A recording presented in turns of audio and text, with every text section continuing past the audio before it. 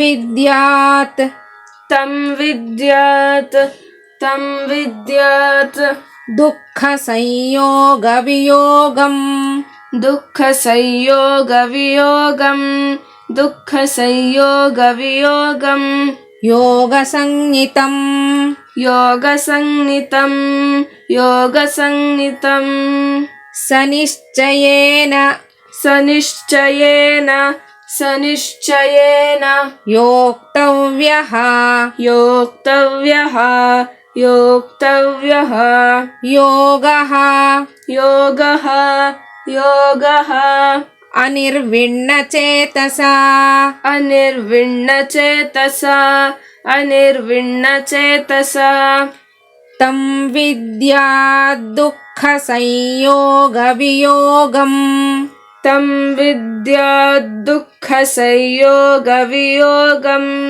तं विद्यात् दुःखसंयोगवियोगं ಯೋಗ ಸಂಹಿತಂ योगसंहितं योगसंहितं ಸನಿಶ್ಚಯೇನ ಯೋಕ್ತವ್ಯಃ सनिश्चयेन योक्तव्यः सनिश्चयेन योक्तव्यः ಯೋಗೋ ನಿರ್ವಿಣ್ಣಚೇತಸಾ योगो निर्विण्णचेतसा योगो निर्विण्णचेतसा ತಂ ವಿದ್ಯಾತ್ ದುಃಖ ಸಂಯೋಗ ವಿಯೋಗಂ ಯೋಗ ಸಂಹಿತಂ तं विद्यात् दुःखसंयोगवियोगं योगसंहितं तं विद्यात् दुःखसंयोगवियोगं योगसंहितं ಸನಿಶ್ಚಯೇನ ಯೋಕ್ತವ್ಯೋ ಯೋಗೋ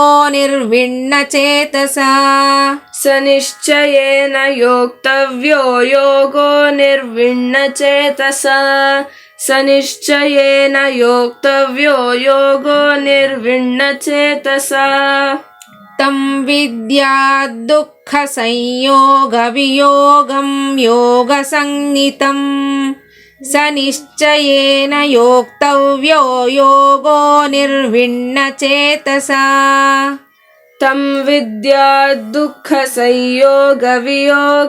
योगसंहितं सनिश्चयेन योक्तव्यो योगो निर्विण्णचेतसा तं विद्यात् दुःखसंयोगवियोगं योगसंहितं सनिश्चयेन योक्तव्यो योगो निर्विण्णचेतसा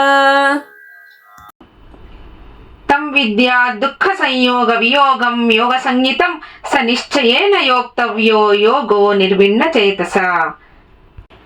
ಆಚಾರ್ಯರು ಭಾಷ್ಯವನ್ನು ಬರೀತಾರೆ. ತಂ ವಿದ್ಯಾತ್ ವಿಜಾನೀಯಾತ್ ದುಃಖ ಸಂಯೋಗ ವಿಯೋಗಂ ದುಃಖೈಃ ಸಂಯೋಗಃ ದುಃಖ ಸಂಯೋಗಃ ತೇನ ವಿಯೋಗಃ ದುಃಖ ಸಂಯೋಗ ವಿಯೋಗಃ ತಂ ದುಃಖ ಸಂಯೋಗ ವಿಯೋಗಂ ಯೋಗ ಇತ್ಯೇವ ಸಂಹಿತಂ ವಿಪರೀತ ಲಕ್ಷಣೇನ ವಿದ್ಯಾತ್ ವಿಜಾನೀಯಾತ್ ಇತ್ಯರ್ಥಃ. ಯೋಗ ಫಲಂ ಉಪಸಂಹೃತ್ಯ ಪುನಃ ಅನ್ವಾರಂಭೇಣ ಯೋಗಸ್ಯ ಕರ್ತವ್ಯತಾ ಉಚ್ಯತೆ. ನಿಶ್ಚಯಾ ನಿರ್ವೇದಯೋಃ ಯೋಗ ಸಾಧನತ್ವ ವಿಧಾನಾರ್ಥಂ. ಸ ಯಥೋಕ್ತ ಫಲಃ ಯೋಗಃ ನಿಶ್ಚಯೇನ ಅಧ್ಯವಸಾಯೇನ ಯೋಕ್ತವ್ಯಃ ಅನಿರ್ವಿಣ್ಣಃ ಚೇತಸಾ ನ ನಿರ್ವಿಣ್ಣಂ ಅನಿರ್ವಿಣ್ಣಂ ಕಿಂತತ್ ಚೇತಃ ತೇನ ನಿರ್ವೇದರಹಿತೇನ ಚೇತಸಾ ಚಿತ್ತೇನ ಇತ್ಯರ್ಥಃ ಅಂತ ಹೇಳ್ತಾರೆ. ಸ್ವಾಮಿಗಳು ಭಾಷ್ಯಾರ್ಥವನ್ನ ಬರೀತಾರೆ. ದುಃಖ ಸಂಯೋಗ ವಿಯೋಗ ಅಂದ್ರೆ ದುಃಖಗಳ ಸಂಬಂಧ ದುಃಖ ಸಂಯೋಗ, ಅದರ ಅಗಲುವಿಕೆಯೇ ದುಃಖ ಸಂಯೋಗ ವಿಯೋಗ. ಏನ್ ಹೀಗಂದ್ರೆ ಅಂದ್ರೆ ದುಃಖಗಳ ಸಂಬಂಧ, ದುಃಖಗಳಿಂದ ನಾವು ಬೇಕಾದಷ್ಟು ಈ ದುಃಖ ಬಂತು ನಮ್ಗೆ, ಇದರಿಂದ ಹೀಗಾಯ್ತು, ಅದರ ಫಲ ಈ ದುಃಖದಿಂದ ನಮ್ಗೆ ಹೀಗಾಯ್ತು, ನಮ್ಗೆ ಕಷ್ಟ ಬಂದಿದ್ರಿಂದ ಹೀಗಾಯ್ತು, ಆ ಥರ ಯೋಚನೆಯನ್ನ ಬೇಕಾದಷ್ಟು ಸಲ ಮಾಡ್ತೀವಿ. ಆ ದುಃಖಗಳ ಸಂಬಂಧ ದುಃಖ ಸಂಯೋಗ ಅವುಗಳೆಲ್ಲ ಕೂಡ್ಕೊಳ್ಳುತ್ತೆ. ಎಷ್ಟೊಂದು ಒಂದು ಕಷ್ಟದಿಂದ ಎಷ್ಟೊಂದು ಅದ್ರ ಸುತ್ತಲೂ ಎಷ್ಟೊಂದು ಕಷ್ಟಗಳೆಲ್ಲ ಬಂದು ಸುತ್ತುವರೆದು ನಿಂತ್ಕೊಂಡ್ಬಿಡತ್ತೆ. ಆ ದುಃಖ ಸಂಯೋಗ ಮತ್ತೆ ಅದರ ಅಗಲುವಿಕೆಯೇ ದುಃಖ ಸಂಯೋಗ ವಿಯೋಗ. ಆ ದುಃಖಗಳು ಬಂತು, ನಮ್ಗೆ ಒಂದು ಕಷ್ಟ ಬಂತಪ್ಪ, ಒಂದರ ಮೇಲೊಂದು ಕಷ್ಟ ಬರ್ತಾನೇ ಇತ್ತು ಅಂತ ನಾವು ಎಷ್ಟೊಂದು ಜನ ಹೇಳೋದನ್ನ ನಾವು ಕೇಳಿರ್ತೀವಿ. ಅದು ಅನುಭವಕ್ಕೂ ಬಂದಿರುತ್ತೆ ಕೆಲವು ಸಾರಿ ನಮ್ಗೆ. ಅದರ ಅಗಲುವಿಕೆಯೇ ದುಃಖ ಸಂಯೋಗ ವಿಯೋಗ. ಆ ರೀತಿಯಾದ ದುಃಖಗಳು ಯಾವ್ದ್ಯಾವ್ದಿರುತ್ತೋ ಅದನ್ನ ಮೀರಿ ನಿಲ್ಬೇಕು ಅಂತ ದೊಡ್ಡವರು ಹೇಳೋದನ್ನ ಕೇಳ್ತೀವಿ ಅಲ್ವಾ. ಅದನ್ನ ಮೀರಿ ನಿಲ್ಲದೆ ದುಃಖ ಸಂಯೋಗ ವಿಯೋಗ. ಇದನ್ನ ಪರಮಾತ್ಮ ಏನ್ ಹೇಳ್ತಾನೆ? ಯೋಗ ಅಂತ ಇದಕ್ಕೆ ಹೆಸರಿಸ್ತಾನೆ. ಹಾಗೆ ಹೇಳ್ತಾನೆ, ಆ ದುಃಖದಿಂದ ಸಿಗೋ ಫಲವನ್ನ ಉಪಸಂಹಾರ ಮಾಡಿ ಮತ್ತೆ ಯೋಗವನ್ನ ಮಾಡಬೇಕು ಅಂತ ಹೇಳೋದಿಕ್ಕೆ ಪ್ರಾರಂಭಿಸೋದು ಯಾತಕ್ಕೆ ಅಂತ ಅಂದ್ರೆ, ಈ ಯೋಗ ಅಂತ ಯಾತಕ್ಕೆ ಹೇಳ್ತಾನೆ? ಎಷ್ಟೊಂದು ದುಃಖಗಳು ಬಂತು, ಆ ದುಃಖಗಳನ್ನ ಮೀರಿ ನಾವು ನಿಲ್ಲಬೇಕು, ಅದೊಂದು ಯೋಗ. ಯಾತಕ್ಕೆ ಅದನ್ನ ಯೋಗ ಅಂತ ಹೇಳ್ತಾನೆ ಅಂದ್ರೆ, ಯೋಗವನ್ನ ನಾನು ಸಾಧಿಸಿಯೇ ಬಿಡ್ತೀನಿ ಅನ್ನೋ ನಿಶ್ಚಯ, ಹಾಗೆ ಇನ್ನೂ ಎಷ್ಟು ದಿನ ಸಾಧಿಸಬೇಕೋ ಅನ್ನೋ ಬೇಸರವಿಲ್ಲದ ಅನಿರ್ವೇದವು ಅವಶ್ಯ ಅಂತ ಹೇಳ್ತಾನೆ. ಏನ್ ಹಾಗಂದ್ರೆ, ಎಷ್ಟೊಂದು ಕಷ್ಟಗಳು ಬಂತು, ಅದನ್ನ ಮೀರಿ ನಾನು ನಿಲ್ತೀನಿ. ಅದನ್ನ ಮೀರಿ ನಿಲ್ಲೋದು ಒಂದು ಯೋಗ. ಅದು ಯಾವುದಕ್ಕೂ ನಾನು ಹೆದರಲ್ಲ, ನಾನು ಅದೆಲ್ಲವನ್ನು ಎದುರಿಸ್ತೀನಿ. ನಾನು ಯಾವ್ಯಾವ್ದು ಬರುತ್ತೋ ಅದನ್ನೆಲ್ಲ ನನ್ನ ಹತೋಟಿಲಿಟ್ಕೊಂಡು ನಾನು ಒಳ್ಳೆ ದಾರಿನ ನೋಡ್ತೀನಿ, ಒಳ್ಳೆ ಗುರಿಯನ್ನ ಸಾಧಿಸ್ತೀನಿ ಅಂತ ಹೇಳೋದನ್ನ, ಅದಕ್ಕೆ ಅವನು ಯೋಗ ಅನ್ನೋ ಒಂದು ಪದವನ್ನ ಭಗವಂತ ಉಪಯೋಗಿಸ್ತಾನೆ. ಹಾಗೆ ಹೇಳ್ತಾನೆ, ನಾನು ಆ ಯೋಗವನ್ನ ಸಾಧಿಸಿಯೇ ಬಿಡ್ತೀನಿ ಅನ್ನೋ ಒಂದು ನಿಶ್ಚಯ ಭಾವ ಇರಬೇಕು ಮನಸ್ಸಿನಲ್ಲಿ. ಹಾಗೆ ಇನ್ನು ಎಷ್ಟು ದಿನ ಸಾಧಿಸಬೇಕೋ ಅನ್ನೋ ಬೇಸರವಿಲ್ಲದ ಅನಿರ್ವೇದವೋ ಅವಶ್ಯ ಅಂತ ಹೇಳ್ತಾನೆ. ಮಾಡ್ತಾನೆ ಇರ್ತೀವಿ ಕೆಲವು ಕೆಲಸಗಳನ್ನ, ಅದರಿಂದ ಫಲ ಸಿಗೋದೇ ಇಲ್ಲ ಅಂತ ನಮಗನ್ನಿಸ್ದಾಗ. ಯಾಕೆ ಅಂದ್ರೆ, ನಮ್ಮ ಬುದ್ಧಿ ಯಾವ ರೀತಿ ಇರುತ್ತೆ ಅಂದ್ರೆ, ನಾವು ಒಂದು ಕೆಲಸವನ್ನು ಮಾಡಿದ್ವಿ ಅಂತ ಅಂದ್ರೆ ತಕ್ಷಣ ನಮಗೆ ಫಲ ಬೇಕು. ಆ ರೀತಿ ಅದನ್ನ ನಾವು ಯಾವಾಗ್ಲೂ ಎಕ್ಸ್ಪೆಕ್ಟ್ ಮಾಡ್ತಾ ಇರ್ತೀವಿ ಎಲ್ಲ ಕಾರ್ಯಗಳಲ್ಲೂ. ಅದಕ್ಕೋಸ್ಕರ ನಮ್ಮ ಮನಸ್ಸು ಏನ್ ಹೇಳುತ್ತೆ, ಎಷ್ಟೊಂದು ಒಂದೇ ಕೆಲಸವನ್ನ ಎಷ್ಟು ಸಾರಿ ಮಾಡಿದ್ರು ಅದು ಯಾವಾಗ ನಮಗೆ ಫಲ ಕೊಡ್ತಾನೆ ಇಲ್ವೋ ಇನ್ನು ಅಂತ ಅನ್ಸತ್ತೋ, ಆಗ ನಮಗೆ ಆ ಕರ್ಮದ ಬಗ್ಗೆ ಅಂದ್ರೆ ಆ ಕೆಲಸದ ಬಗ್ಗೆ ಬೇಜಾರಾಗಬಾರ್ದು. ಆ ಬೇಸರ ಬಂದ್ರೆ ನಾವು ಮತ್ತೆ ಪ್ರಯತ್ನ ಮಾಡೋದನ್ನ ನಿಲ್ಲಿಸ್ಬಿಡ್ತೀವಿ. ಅದಕ್ಕೆ ಹೇಳ್ತಾನೆ ಭಗವಂತ, ನಾನು ನನ್ನ ಗುರಿಯನ್ನ ಸಾಧಿಸಿಯೇ ಬಿಡ್ತೀನಿ, ಸಾಧಿಸ್ತೀನಿ ಅಂದ್ರೆ ಯೋಗವನ್ನ ನಾನು ಸಾಧಿಸಿಯೇ ಬಿಡ್ತೀನಿ ಅನ್ನೋ ನಿಶ್ಚಯ, ಹಾಗೆ ಇನ್ನೂ ಎಷ್ಟು ದಿನ ಸಾಧಿಸಬೇಕೋ ಅನ್ನೋ ಬೇಸರವಿಲ್ಲದ ಅನಿರ್ವೇದವೂ ಅವಶ್ಯ ಅಂತ ಹೇಳ್ತಾನೆ.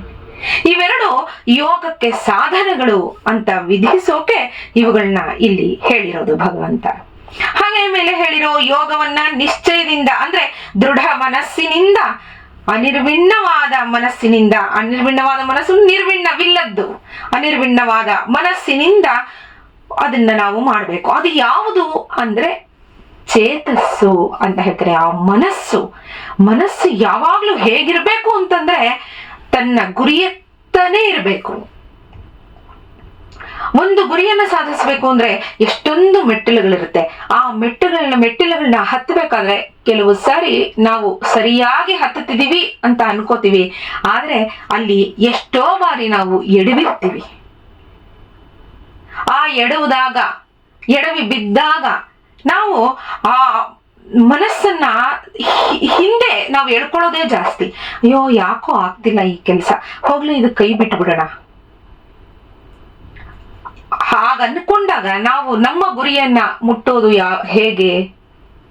ಅದಕ್ಕೋಸ್ಕರ ಆ ನಿರ್ವಿಣ್ಣವಿಲ್ಲದ್ದು ಆ ಅನಿರ್ವಿಣ್ಣತೆಯನ್ನ ನಾವು ಸಂಪಾದಿಸ್ಕೋಬೇಕು, ಅದನ್ನ ರೂಢಿಸ್ಕೋಬೇಕು.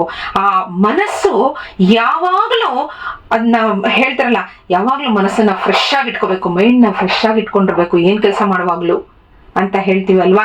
ಅದೇ ರೀತಿ ಬೇಸರವಿಲ್ಲದ ಮನಸ್ಸಿನಿಂದ ಅಂತ ಹೇಳ್ತಾನೆ ಭಗವಂತ. ನೀನ್ ಯಾವ್ದನ್ನಾರು ಸಾಧಿಸಬೇಕು ಅಂದ್ರೆ ಅದರಲ್ಲಿ ನೀನು ಆ ಕೆಲಸದಲ್ಲಿ ಬೇಸರವನ್ನ ತಂದ್ಕೋಬಾರದು.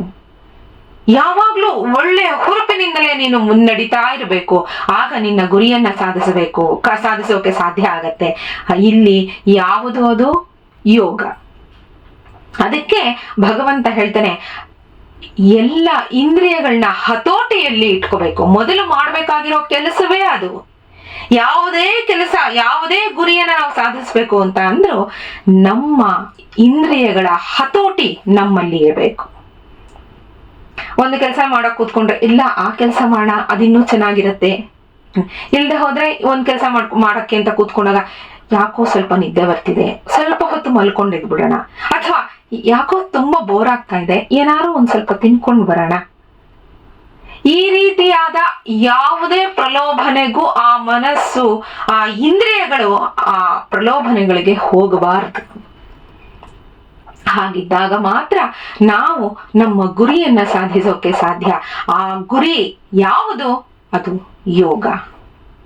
ಅದಕ್ಕೆ ಅರ್ಜುನನ್ಗೆ ಭಗವಂತ ಹೇಳ್ತಾ ಇರ್ತಾನೆ, ಪ್ರತಿ ಮಾತಿನಲ್ಲೂ ಹೇಳ್ತಾನೆ, ನಿನಗೆ ಯಾವಾಗ್ಲೂ ಇಂದ್ರಿಯಗಳ ಬಗ್ಗೆ ಹತೋಟಿ ಇರಲೇಬೇಕು ಅರ್ಜುನ.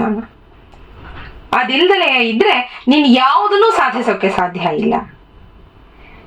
ನಿಜ, ಇಂದ್ರಿಯಗಳ ಹತೋಟಿ ಇಲ್ಲದೆ ಇದ್ರೆ ನಾವು ಒಂದು 10 ನಿಮಿಷನೂ ಕೂತ್ಕೊಂಡು ಧ್ಯಾನ ಮಾಡೋಕೆ ಸಾಧ್ಯವೇ ಆಗಲ್ಲ. ಅದಕ್ಕೆ ಭಗವಂತ ಹೇಳಿರೋದು ದುಃಖ ಸಂಯೋಗ ವಿಯೋಗ ತುಂಬಾ ಮುಖ್ಯ. ಯಾವುದೇ ಕೆಲಸ ಆದ್ರೂ, ಯಾವ ಕೆಲಸದಲ್ಲೂ ಅಯ್ಯೋ ಹೀಗಾಗೋಯ್ತು, ಈ ಕೆಲಸ ಮಾಡಕ್ ಹೋದ್ವಿ, ಆ ಕೆಲಸನ ಕೈ ಬಿಟ್ಟು ಬಿಡೋಣಪ್ಪ, ಬೇರೆ ಕೆಲಸ ಹಿಡಿಯೋಣ, ಅದು ಆಗ್ಬಾರ್ದು.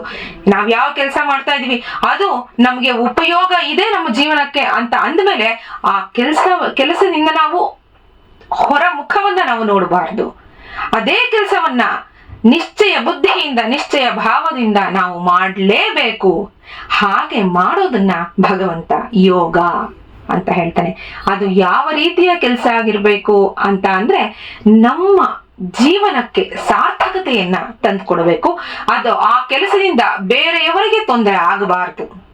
ಆ ರೀತಿಯಾದ ಕೆಲಸವನ್ನ ಭಗವಂತ ಯೋಗ ಅಂತ ಕರೀತಾನೆ. ನಾಳೆ ಮುಂದಿನ ಶ್ಲೋಕವನ್ನ ನೋಡೋಣ. ನಮಸ್ಕಾರ.